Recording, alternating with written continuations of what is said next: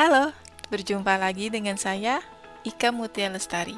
Pada kesempatan kali ini, saya akan mempresentasikan mengenai Lean Canvas pada PT IKA Sandrip Migas. Sekilas, izinkan saya memperkenalkan kembali, PT IKA Sandrip Migas berdiri sejak 2006. Merupakan perusahaan yang bergerak di bidang transportir dan keagenan migas, yang bertempat di Banjarmasin. Lean Canvas sendiri adalah sebuah konsep di mana segala sesuatunya dibuat menjadi lebih ramping dan lebih cepat dalam melakukan sebuah eksekusi Lean Startup, atau bagaimana kita memecahkan sebuah problem menjadi solusi yang fit, kemudian akan melihat suatu produk atau market yang benar-benar diinginkan oleh konsumen. Berikut adalah BMC yang saya buat dan jelaskan pada sesi sebelumnya. Apa sih perbedaan BMC dan Lean Canvas itu? Perbedaan BMC dan Lean Canvas adalah Business Model Canvas atau BMC merupakan potret dari sebuah bisnis, sedangkan Lean Canvas itu merupakan sebuah action plan yang dieksekusi secara detail. Langsung saja saya bahas yang pertama pada blok problem.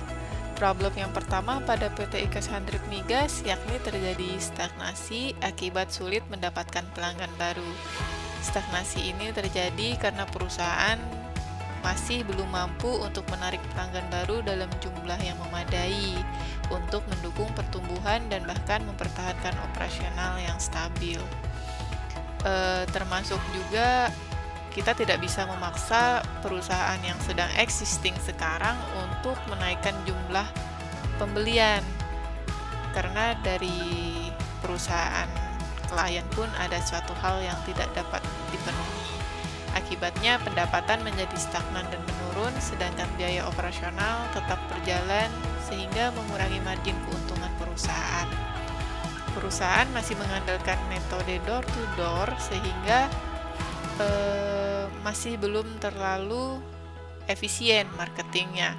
Sementara segmentasi pasar relatif sempit, dan juga saat ini di Kalimantan Selatan kondisinya sudah mulai banyak bermunculan perusahaan serupa transportasi yang melayani berbagai segmentasi tersebut.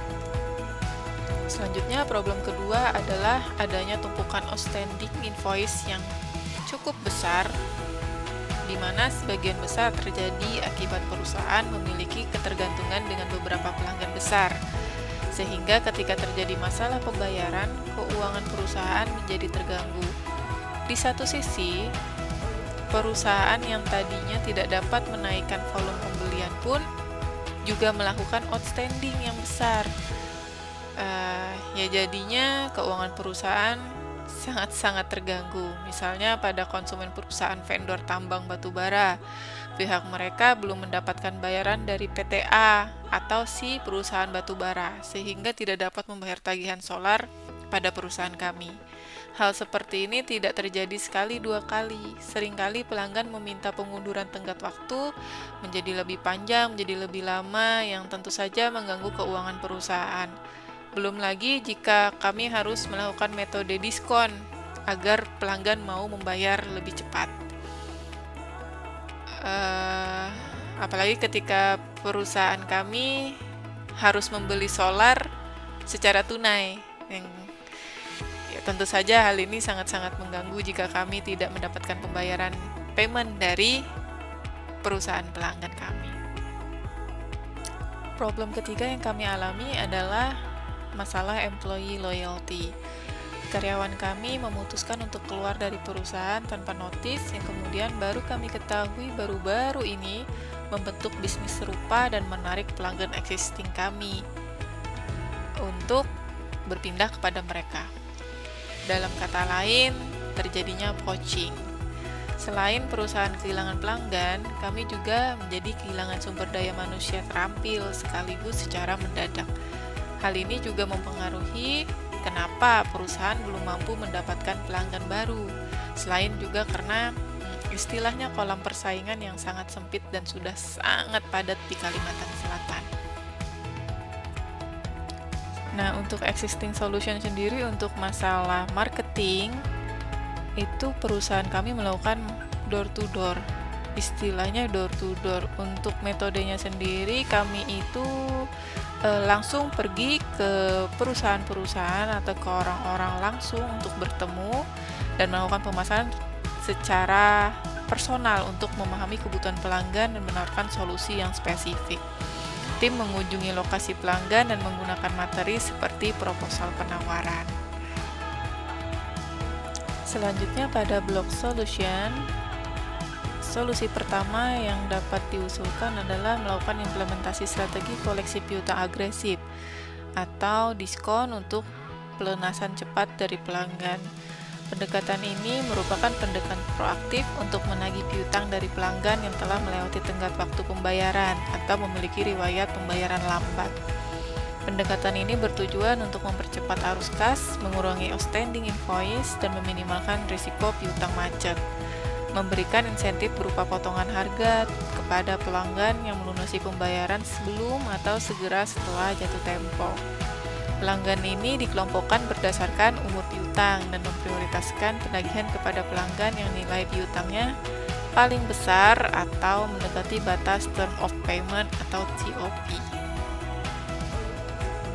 Implementasinya sendiri yaitu dengan cara mengaplikasikan software manajemen piutang untuk mengirimkan pengingat otomatis melalui email, SMS, WhatsApp, atau surat mengatur jadwal berkala untuk menghindari kelalaian pelanggan.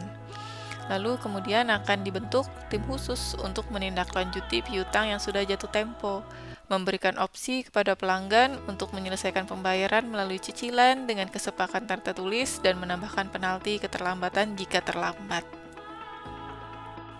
Selanjutnya adalah solusi diversifikasi target transportasi umum atau usaha kecil, yang mana dimaksudkan untuk memberikan solusi kepada problem terjadinya stagnasi pelanggan baru. Strategi ini mencakup menyasar dua segmen utama, yaitu transportasi umum dan usaha kecil atau UMKM. Tujuan dari diversifikasi ini adalah untuk mengurangi ketergantungan pada pelanggan besar yang ada, meningkatkan pendapatan, dan menciptakan sumber pendapatan yang lebih stabil. UMKM sering diterabaikan oleh penyedia bahan bakar besar atau industrial, menciptakan peluang untuk menjadi mitra utama mereka, terutama di Kalimantan Selatan yang untuk distribusi B35 subsidi lumayan sulit ketersediaannya. Kalaupun ada, itu harus berkelahi dulu dengan para truk-truk yang bahkan mereka pun juga melakukan bisnis ilegal. Misalnya, kata kasarnya sih ngelangsir, lalu mereka akan menjual kembali ke pihak UMKM. Sedangkan UMKM merupakan tulang punggung ekonomi di banyak wilayah, termasuk di Kalimantan Selatan, dengan kebutuhan bahan bakar yang cukup besar untuk mendukung operasional seperti transportasi barang, manufaktur kecil, toko retail, yang rata-rata pasti menggunakan kendaraan berbahan bakar B35. Solusi selanjutnya adalah melakukan rekrutmen. Konsumen kini lebih sering menggunakan media digital untuk mencari informasi dan membuat keputusan pembelian. Tim pemasaran yang menguasai platform digital dapat menjangkau pelanggan dengan lebih efektif tanpa harus bertemu langsung terlebih dahulu dengan pelanggan. Pemasaran digital seringkali lebih hemat biaya dibandingkan dengan metode tradisional seperti pemasaran door-to-door atau iklan cetak. Pemasaran digital memungkinkan perusahaan menjangkau pelanggan di lokasi geografis yang berbeda tanpa biaya tambahan yang signifikan. Terlebih kalau misalnya pelanggan kami itu lebih banyak industri, pertambangan, perkebunan, pertanian, yang rata-rata wilayah kerjanya atau tempat kantornya sangat jauh dari kota. Misalnya, anggaplah saja seperti Tanjung Tabalong yang jaraknya 4 jam perjalanan dari Banjarmasin dan hanya bisa dilewati oleh jalur darat, mobil, sepeda motor, dan tentunya itu memakan banyak biaya dan waktu untuk melakukan pemasaran dan belum tentu juga itu berhasil atau pelanggan melakukan deal seperti itu. Berikut adalah key matrix PT IKA Sandrep Migas. Piutang tertagih dalam 30-60 hari adalah target perusahaan untuk memastikan bahwa tagihan atau invoice yang diberikan kepada pelanggan dibayarkan dalam kurun waktu maksimal 60 hari sejak diterbitkan. Hal ini biasanya diatur dalam kebijakan kredit perusahaan dengan harapan menjaga arus kas tetap stabil dan mengurangi resiko piutang macet. Kemudian ada jumlah pelanggan tanda tangan kontrak baru minimal 1 setiap bulannya. Pelanggan baru secara langsung berkontribusi pada peningkatan pelanggan, membantu perusahaan mengurangi ketergantungan pada pelanggan lama. Dalam struktur biaya, PT IKA Sandrep Migas memiliki konsep cost driven. PT IKA Sandrep Migas berada di kategori ini karena saat ini berfokus pada efisiensi biaya atau meminimalkan biaya. Terutama perusahaan transportir BBM sering mengalami atau menghadapi margin yang sangat ketat. Harga sudah ditentukan oleh pemerintah. Kemudian perusahaan transportir di Kalimantan Selatan sangat banyak, sangat ketat, pun produk wajib diambil dari supplier besar atau yang memiliki izin niaga umum seperti AKR, Pertamina, dan sebagainya. Juga harus bersaing dengan transportasi perusahaan pesaing tersebut, sehingga saat ini persaingan banyak berdasarkan harga. Bahkan jika berbeda harga Rp5 pun kadang pelanggan akan berpikir ulang untuk mengambil produk di tempat kita. Struktur biaya PT IKA Sandrep Migas sendiri terdiri dari 2 tipe, yaitu fixed cost dan variable cost. Fixed cost seperti biaya administrasi yang meliputi biaya listrik, air, gaji karyawan, sertifikasi, perizinan, dan lain sebagainya. Kemudian ada variable cost, misalnya biaya tim kolektor piutang, riset pasar, biaya operasional perjalanan dinas, insentif, dan lain sebagainya yang harganya atau biayanya berubah seiring dengan waktu. Selanjutnya adalah unique value proposition, yang mana adalah empowering operational excellence through cash flow optimization, market diversification, and digital transformation, yaitu mengoptimalkan keunggulan operasional melalui optimalisasi arus kas, diversifikasi pasar, dan transformasi digital, yang menggambarkan bagaimana PT IKA Sandrep Migas dapat menciptakan nilai yang unik dan kompetitif di industri transportasi bahan bakar HSD.